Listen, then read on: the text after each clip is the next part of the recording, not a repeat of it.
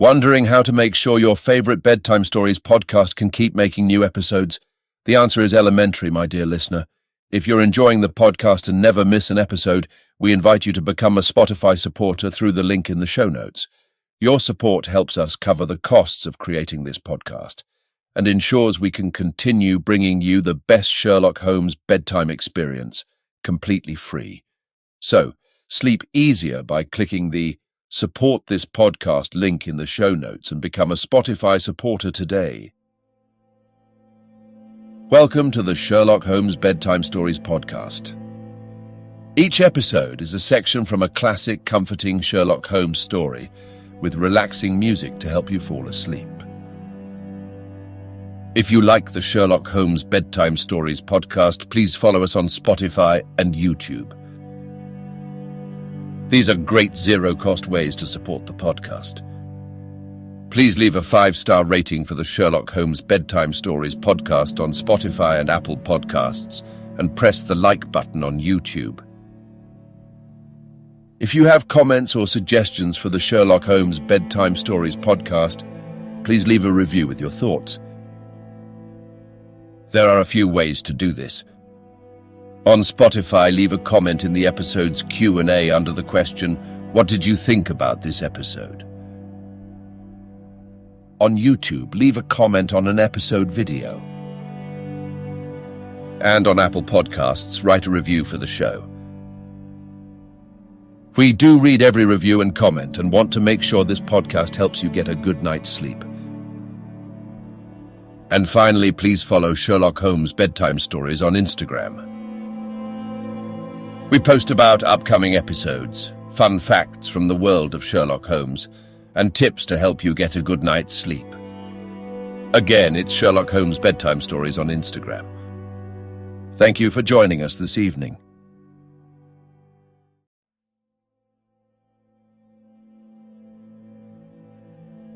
Now it's time to relax. Let your body fall into a comfortable position in your bed and drift gently into a state of total relaxation with tonight's story. The Sign of the Four. Chapter 4. The Story of the Bald-Headed Man. We followed the Indian down a sordid and common passage, ill-lit and worse furnished, until he came to a door upon the right, which he threw open.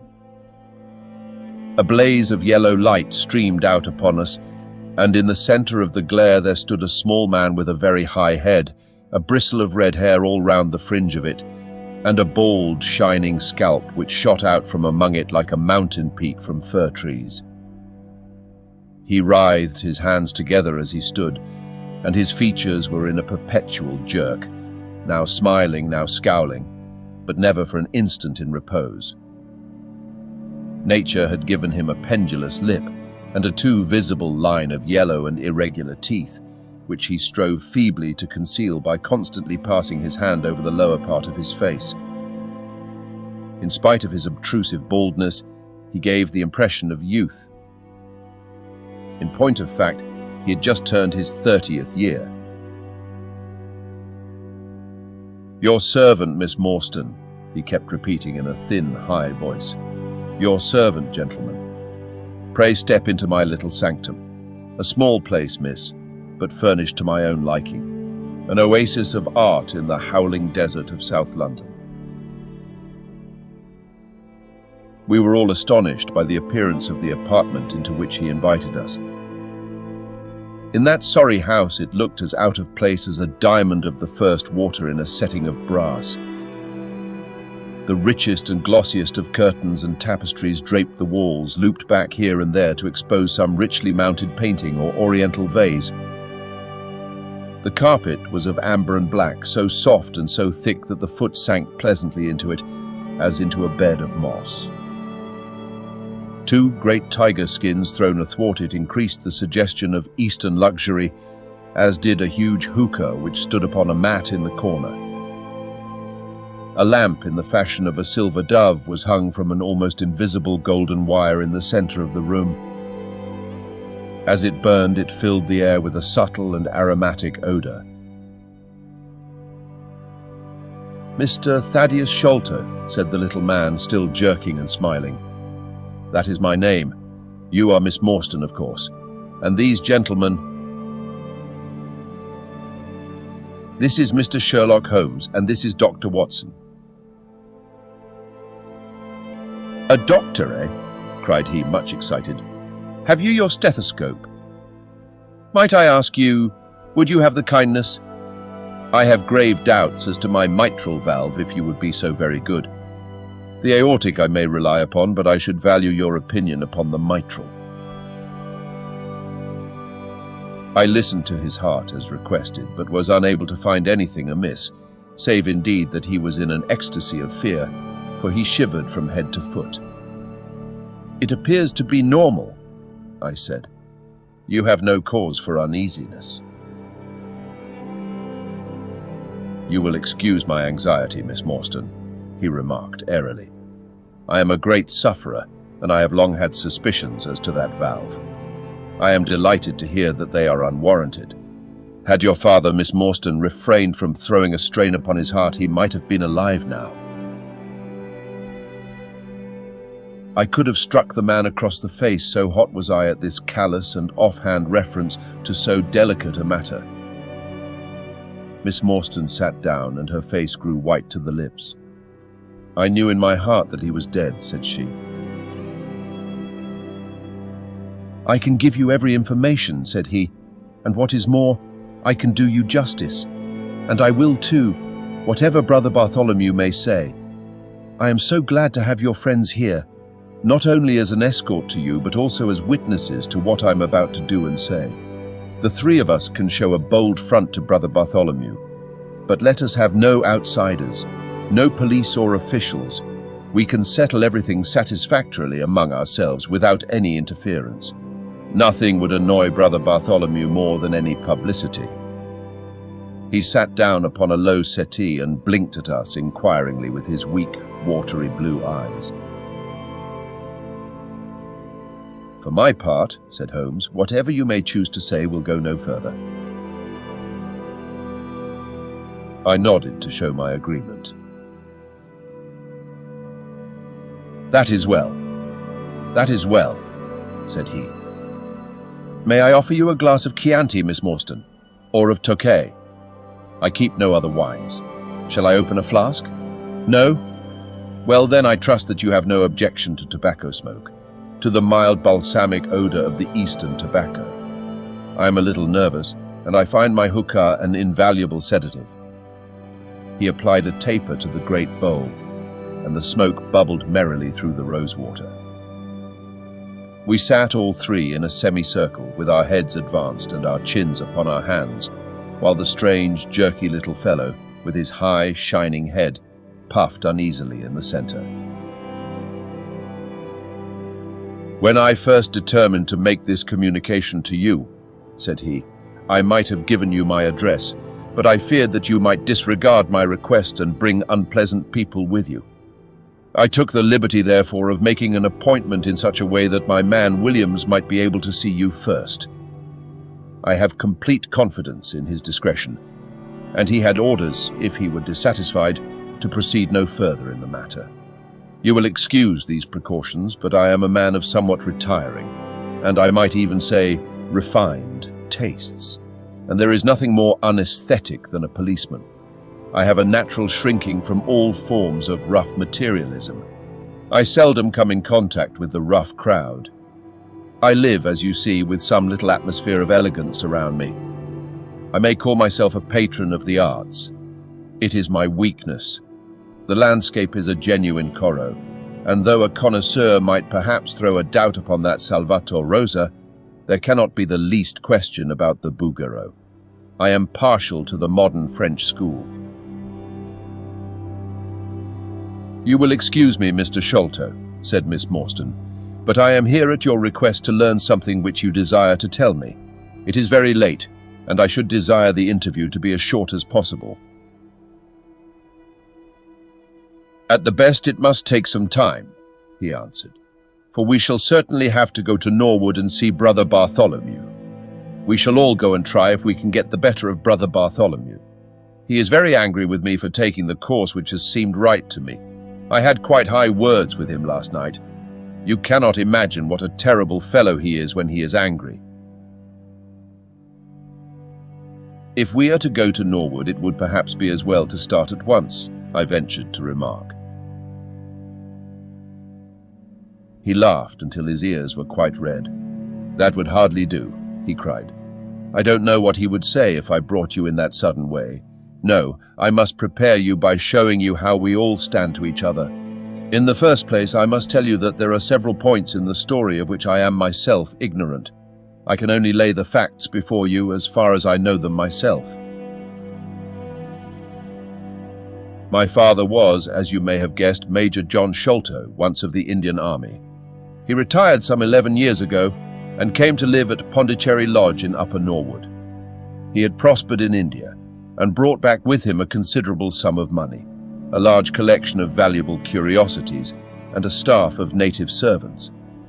With these advantages, he bought himself a house and lived in great luxury. My twin brother Bartholomew and I were the only children. I very well remember the sensation which was caused by the disappearance of Captain Morstan. We read the details in the papers and, knowing that he had been a friend of our father's, we discussed the case freely in his presence. He used to join in our speculations as to what could have happened. Never for an instant did we suspect that he had the whole secret hidden in his own breast, that of all men he alone knew the fate of Arthur Morstan. We did know, however, that some mystery, some positive danger, overhung our father. He was very fearful of going out alone, and he always employed 2 prize fighters to act as porters at Pondicherry Lodge. Williams, who drove you tonight, was one of them. He was once lightweight champion of England. Our father would never tell us what it was he feared, but he had a most marked aversion to men with wooden legs. On one occasion, he actually fired his revolver at a wooden-legged man, who proved to be a harmless tradesman canvassing for orders. We had to pay a large sum to hush the matter up. My brother and I used to think this a mere whim of my father's, but events have since led us to change our opinion. Early in 1882, my father received a letter from India, which was a great shock to him. He nearly fainted at the breakfast table when he opened it, and from that day he sickened to his death. What was in the letter we could never discover, but I could see as he held it that it was short and written in a scrawling hand. He had suffered for years from an enlarged spleen, but he now became rapidly worse, and towards the end of April we were informed that he was beyond all hope, and that he wished to make a last communication to us. When we entered his room, he was propped up with pillows and breathing heavily. He besought us to lock the door and to come upon either side of the bed. Then, grasping our hands, he made a remarkable statement to us in a voice which was broken as much by emotion as by pain. I shall try and give it to you in his own very words. I have only one thing, he said, which weighs upon my mind at this supreme moment. It is my treatment of poor Morstan's orphan. The cursed greed which has been my besetting sin through life has withheld from her the treasure, half at least of which should have been hers. And yet I have made no use of it myself.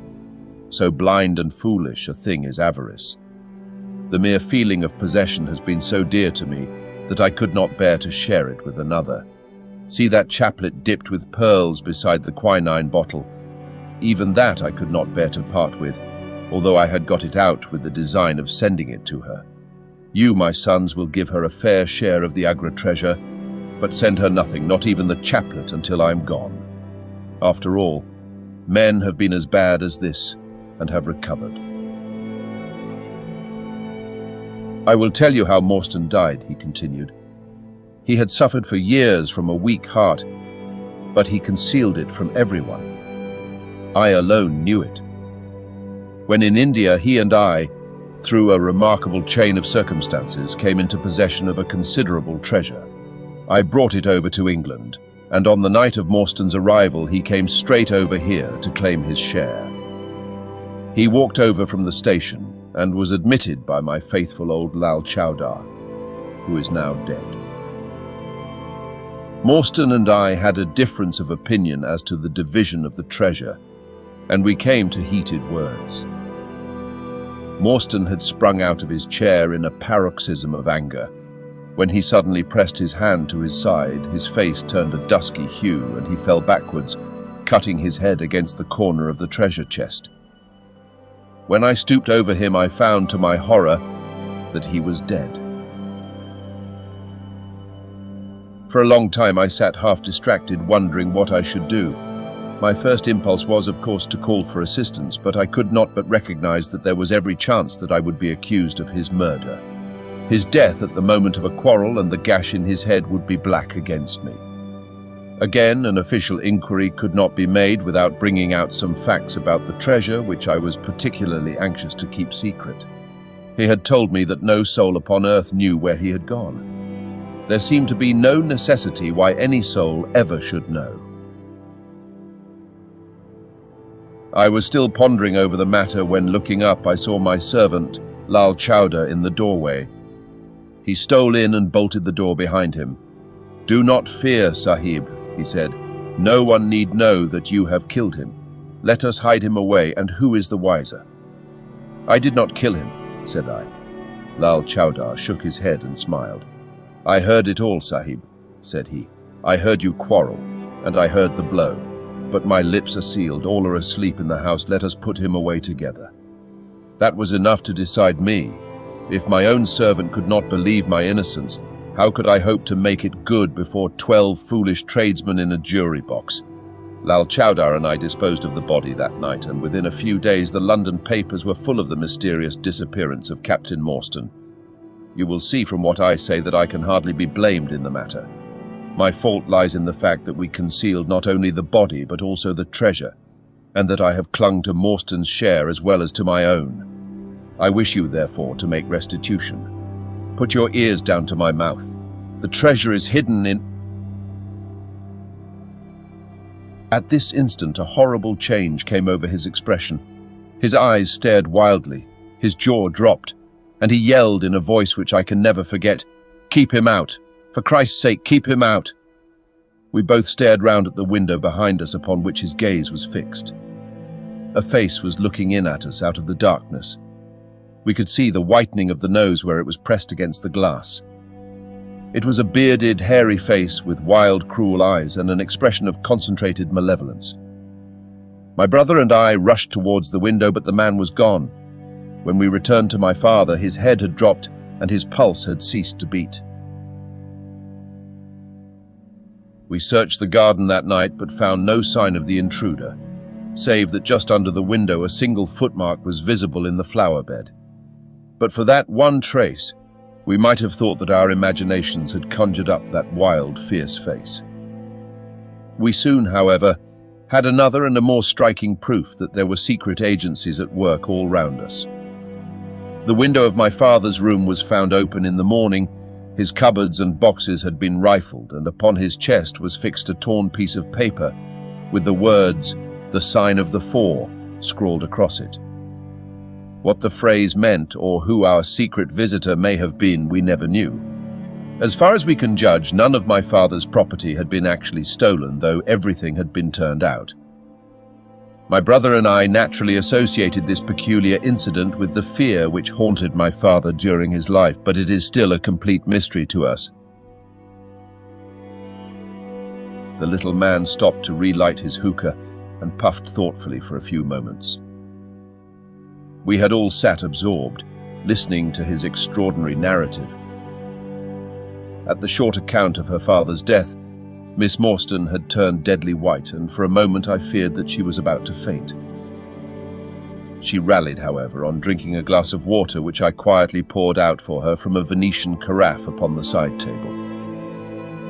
Sherlock Holmes leaned back in his chair with an abstracted expression and the lids drawn low over his glittering eyes. As I glanced at him, I could not but think how on that very day he had complained bitterly of the commonplaceness of life. Here at least was a problem which would tax his sagacity to the utmost. Mr. Thaddeus Sholto looked from one to the other of us with an obvious pride at the effect which his story had produced, and then continued between the puffs of his overgrown pipe. "My brother and I," said he, "were, as you may imagine, much excited as to the treasure which my father had spoken of. For weeks and for months we dug and delved in every part of the garden without discovering its whereabouts. It was maddening to think that the hiding place was on his very lips at the moment that he died. We could judge the splendor of the missing riches by the chaplet which he had taken out. Over this chaplet, my brother Bartholomew and I had some little discussion. The pearls were evidently of great value, and he was averse to part with them, for between friends, my brother was himself a little inclined to my father's fault. He thought, too, that if we parted with the chaplet, it might give rise to gossip and finally bring us into trouble. It was all that I could do to persuade him to let me find out Miss Morstan's address and send her a detached pearl at fixed intervals so that at least she might never feel destitute. It was a kindly thought," said our companion earnestly. "It was extremely good of you." The little man waved his hand deprecatingly. "We were your trustees," he said. "That was the view which I took of it, though Brother Bartholomew could not altogether see it in that light. We had plenty of money ourselves. I desired no more. Besides, it would have been such bad taste to have treated a young lady in so scurvy a fashion. Le mauvais goût mène au crime. The French have a very neat way of putting these things. Our difference of opinion on this subject went so far that I thought it best to set up rooms for myself. So I left Pondicherry Lodge, taking the old Kitmutgar and Williams with me. Yesterday, however, I learned that an event of extreme importance has occurred. The treasure has been discovered. I instantly communicated with Miss Morstan, and it only remains for us to drive out to Norwood and demand our share. I explained my views last night to Brother Bartholomew, so we shall be expected, if not welcome, visitors." Mr. Thaddeus Sholto ceased and sat twitching on his luxurious settee. We all remained silent with our thoughts upon the new development which the mysterious business had taken. Holmes was the first to spring to his feet. "You have done well, sir, from first to last," said he. "It is possible that we may be able to make you some small return by throwing some light upon that which is still dark to you. But, as Miss Morstan remarked just now, it is late, and we had best put the matter through without delay." Our new acquaintance very deliberately coiled up the tube of his hookah and produced from behind a curtain a very long, befrogged topcoat with astrakhan collar and cuffs. This he buttoned tightly up, in spite of the extreme closeness of the night, and finished his attire by putting on a rabbit-skin cap with hanging lappets, which covered the ears, so that no part of him was visible, save his mobile and peaky face. "My health is somewhat fragile," he remarked as he led the way down the passage. "I am compelled to be a valetudinarian." Our cab was awaiting us outside, and our program was evidently prearranged, for the driver started off at once at a rapid pace. Thaddeus Sholto talked incessantly, in a voice which rose high above the rattle of the wheels. "Bartholomew is a clever fellow," said he. "How do you think he found out where the treasure was? He had come to the conclusion that it was somewhere indoors, so he worked out all the cubic space of the house and made measurements everywhere, so that not 1 inch should be unaccounted for. Among other things, he found that the height of the building was 74 feet, but on adding together the heights of all the separate rooms and making every allowance for the space between, which he ascertained by borings, he could not bring the total to more than 70 feet. There were 4 feet unaccounted for. These could only be at the top of the building. He knocked a hole, therefore, in the lath and plaster ceiling of the highest room, and there, sure enough, he came upon another little garret above it, which had been sealed up and was known to no one. In the center stood the treasure chest, resting upon 2 rafters, He lowered it through the hole, and there it lies. He computes the value of the jewels at not less than £500,000 sterling. At the mention of this gigantic sum, we all stared at one another open-eyed. Miss Morstan, could we secure her rights, would change from a needy governess to the richest heiress in England. Surely it was the place of a loyal friend to rejoice at such news, yet I am ashamed to say that selfishness took me by the soul, and that my heart turned as heavy as lead within me. I stammered out some few halting words of congratulation, and then sat downcast with my head drooped, deaf to the babble of our new acquaintance. He was clearly a confirmed hypochondriac, and I was dreamily conscious that he was pouring forth interminable trains of symptoms and imploring information as to the composition and action of innumerable quack nostrums, some of which he bore about in a leather case in his pocket. I trust that he may not remember any of the answers which I gave him that night. Holmes declares that he overheard me caution him against the great danger of taking more than 2 drops of castor oil, while I recommended strychnine in large doses as a sedative. However that may be, I was certainly relieved when our cab pulled up with a jerk and the coachman sprang down to open the door. "This, Miss Morstan, is Pondicherry Lodge," said Mr. Thaddeus Sholto as he handed her out.